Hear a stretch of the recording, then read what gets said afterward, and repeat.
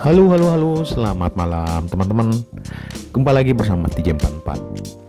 Ya, mereka bukan wanita dengan latar belakang dan kemampuan yang sama. Dokter Mirsa adalah wanita yang sangat mandiri, terdidik, dan punya kuasa atas diri sendiri yang sangat baik. Sedangkan Eva hanya ibu rumah tangga tanpa penghasilan, hidup bergantung pada sang suami. Sorry ya teman-teman ya kalau ada suara ayam berkokok. Eva memang seorang sarjana, tapi sudah lama sekali ia tidak masuk dunia kerja. Gelap rasanya jika harus memulai jalan itu dari awal.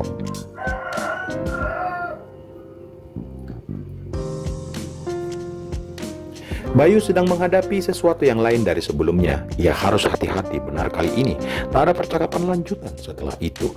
Air mata Eva juga berhenti perlahan berganti dengan dengus nafas yang teratur.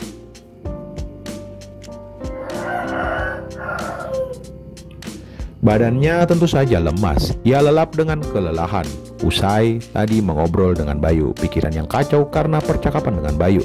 Sedangkan pria itu masih saja berada di sampingnya.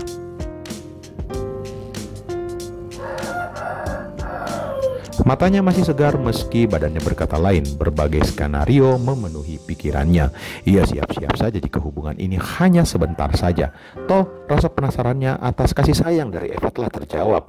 Meski kalau ditanya apakah ia ingin menyayangi Eva, tentu jawabnya adalah pasti. Resikonya terlampau besar untuk Eva.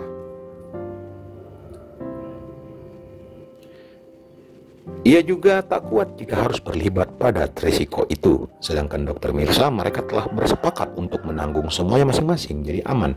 Eva masih berada di sampingnya. Posisinya kini beralih, mereka lantas berhadapan.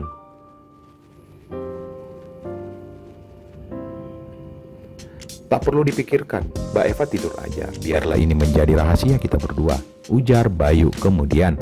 Sedangkan Eva masih terdiam, meski pikirannya masih dipenuhi berbagai hal. Namun karena telah lelah, maka perlahan matanya terpejam. Dan tak lama Bayu pun ikut menyusul tertidur.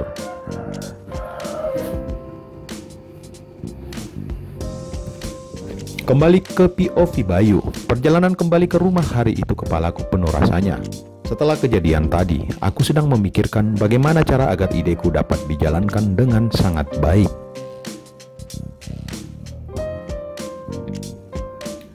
Resiko terburuk adalah hal ini akan selesai. Bonusnya mungkin aku bersama Dokter Mirsa menjadi semakin tidak baik-baik saja. Mbak Eva juga tak terlalu ramah kepadaku hari ini.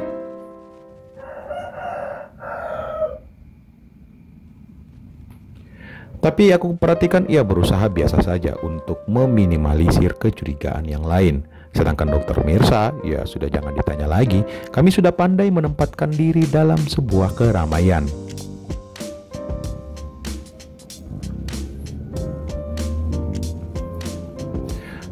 Tadi pun beberapa kali aku berbincang dengan suaminya yang turut serta mendampingi kunjungan kami. Hari-hari setelahnya berlangsung biasa saja. Oh ya teman-teman, bantu tekan tombol subscribe dan like video ini jika sudah. Terima kasih. Entah kenapa setelah kejadian dengan Mbak Eva dan Dokter Mirsa, dengan istriku saja juga menjadi menyenangkan hubunganku. Aku tidak tahu pasti penyebabnya. Bisa saja istriku juga melakukan apa yang aku lakukan di luar sana, atau ada alasan lain. Aku juga punya pikiran yang sama sih sebetulnya.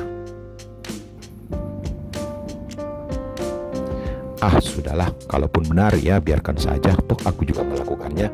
Bagiku yang terpenting rumah tangga kami baik-baik saja, karena kami memang dulu selalu komitmen untuk terbuka sedari dulu. Aku sedikit yakin jika ia berlaku sama denganku. Komitmen cinta dan hidup bersama itu masih dipegang teguh. Mas Bayu, soal undangan evaluasi kegiatan kemarin bagaimana? Bisa hadir?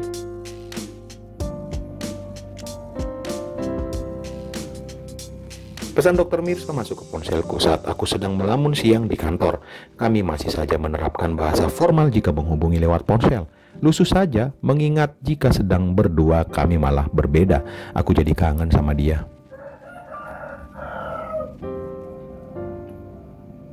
Jujur Mbak Eva yang sampai saat ini tak ku dengar kabarnya. Ia pun jarang muncul di grup. Aku jelas tak berani untuk menghubunginya duluan. Biarlah waktu yang akan menjawab kelanjutanku dengan Mbak Eva nantinya akan seperti apa. Yang intinya saat ini aku sedang memikirkan cara melepas kangen dengan Dokter Mirsa. Sepertinya bisa, Dok. Akhirnya aku balas pesan dari Dokter Mirsa. Baik, ditunggu ya Mas Bayu. Balasnya lagi.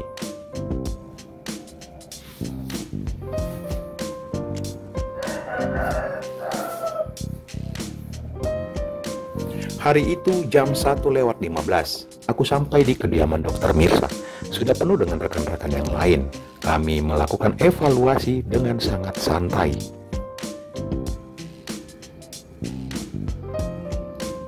Beberapa kali mataku dan Dokter Mirsa bertemu.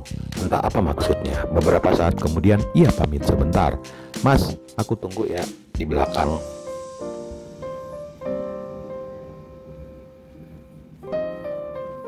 Sebuah pesan masuk ke ponselku dari nomor yang tak dikenal. Mirsa, pesan susulan. Buset, ada-ada aja kelakuan dokter ini. Bagaimana ya caranya dia ya?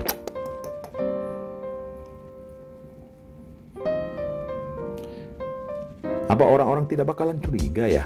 Yang lain memang aku lihat sedang mengisi jurnal kegiatan dan bersantai menikmati makanan yang dihidangkan di rumah ini. Kalau dia sudah ngajak begini, pasti dia sudah mempertimbangkan sih dengan matang.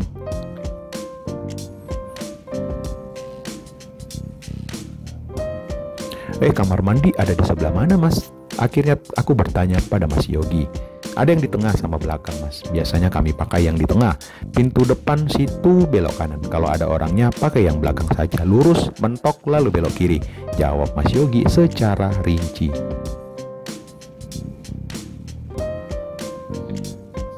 Kamar mandi belakang. Untung aku bertanya pada orang yang tepat. Aku pura-pura ke kamar mandi tengah. Berlagak terisi, aku lalu ke belakang.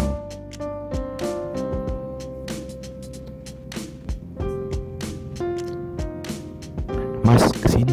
Ada suara memanggil. Dokter Mirsa memintaku ke sebuah ruangan, bukan ke belakang. Pintar sekali dia. Belajar banyak ia rupanya. Waduh dok. Kugelengkan kepalaku. Nekat sekali sih dok. Ujarku kembali. Ini gara-gara Mas Bayu ini, jawabnya manja. Loh kok malah saya? Tanyaku keheranan. Ya iyalah, aku kangen kan sama Mas Bayu. Jawabnya sambil manja-manja.